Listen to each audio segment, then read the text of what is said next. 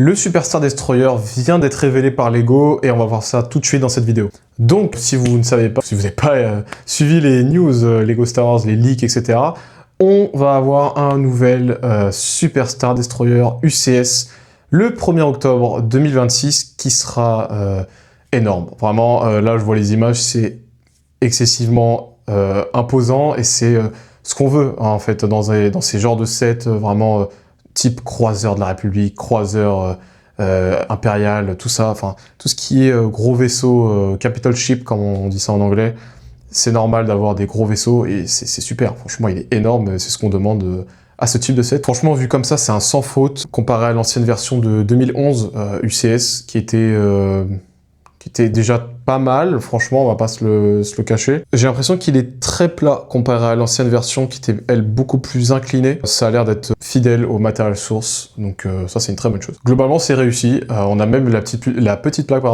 fournie dans le set, vous savez, la petite plaque avec toutes les informations, le nombre de missiles, enfin, toutes les informations par rapport au vaisseau, qui l'a créé, le nom du vaisseau, combien de personnel à bord, enfin, plein de trucs comme ça.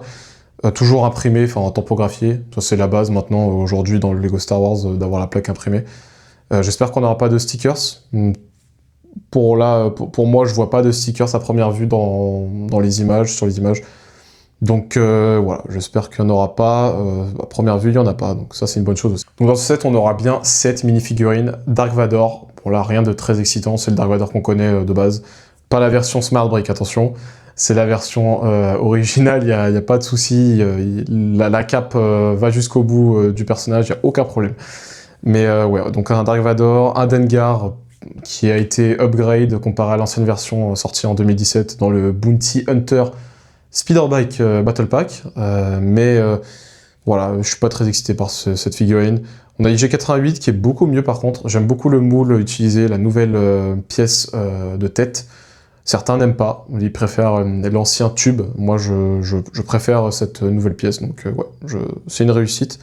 On a Boba Fett qui est nickel aussi, j'aime bien. La grosse nouveauté de ce set, ça sera quand même Bossk, avec de toutes nouvelles typographies, des dual molded arms et legs. Donc ça, c'est super. On a même les petites griffes sur les pieds. La figurine est top. Pour moi, elle est top, c'est parfait. J'ai vu certains critiquer l'effet tan un peu de sa tête et de ses bras. Ils sont censés être verts apparemment, mais je sais pas. Moi, sur les scènes, j'ai l'impression que c'est tan, des fois c'est vert, donc je sais pas. LEGO a dû faire un choix. Pour moi, ça me va. Certains, ça ne leur va pas, donc à voir. Deux dernières figurines, du coup, Zuckuss et Cat Lome.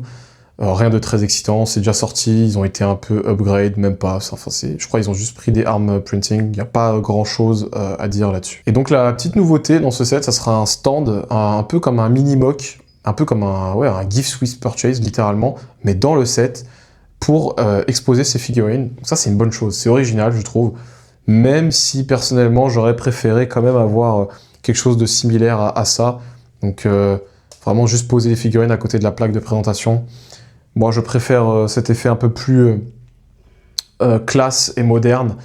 C'est les goûts et les couleurs. Ça reste très original, je dois l'admettre. Donc c'est une bonne chose que LEGO innove sur ses présentations de figurines. Donc en gros, les figurines ne sont pas du tout le point fort de ce set. Il y a juste Bossk qui vaut le coup, je trouve. Mais ça vaut pas la somme de ce set. Sachant que IG88, on peut le prendre aussi dans le calendrier de l'Avent, qui va sortir en 2026, enfin en septembre 2026. Donc ouais, non, ça vaut pas le coup de prendre ce set pour les figurines. Le set est vendu au prix de 800 €. Il sortira le 1er octobre 2026 pour 6130 pièces. C'est une évolution de 3000 pièces comparée à sa version précédente, sortie en 2011. Le prix a augmenté évidemment, mais il fera 136,2 cm de long et pour 50,7 cm de large et 20 cm de hauteur, 20,2 pour être précis. Un petit Star Destroyer à l'échelle du Super Star Destroyer sera fourni dans le set avec son petit stand, ça c'est vraiment une bonne chose aussi, comme ça on pourrait le placer un peu où on veut. J'aurais préféré quand même l'avoir avec une petite pièce transparente. Je sais pas si c'est fourni, j'ai pas bien vu, mais ouais, c'est quand même bien de l'avoir. Ça permet de vraiment se rendre compte de l'échelle du vaisseau dans l'univers. Ça c'est vraiment bien. Le Gift with Purchase, il y en a un, évidemment, je suis très déçu, c'est le sabre laser de Dark Vador. Il continue, LEGO, à nous fournir des sabres laser. On s'en fout. Je pense que tout le monde s'en fout.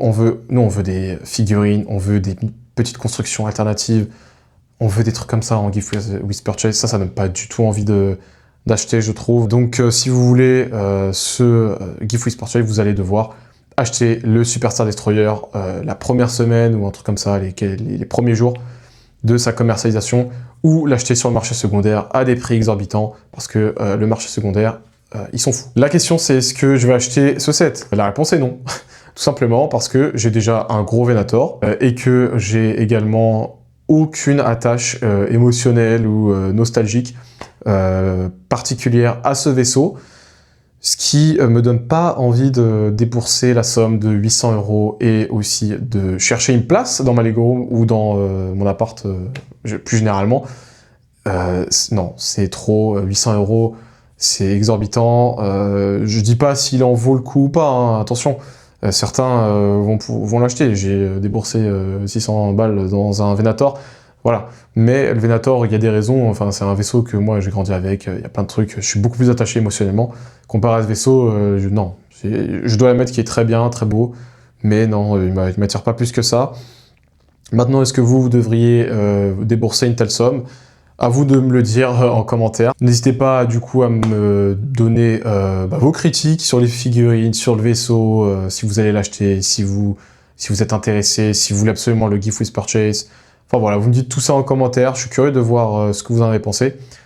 N'hésitez pas à liker la vidéo si ça vous a plu, à la partager et à vous abonner à la chaîne pour ne manquer aucune de mes prochaines vidéos. C'était CW. Ciao ciao.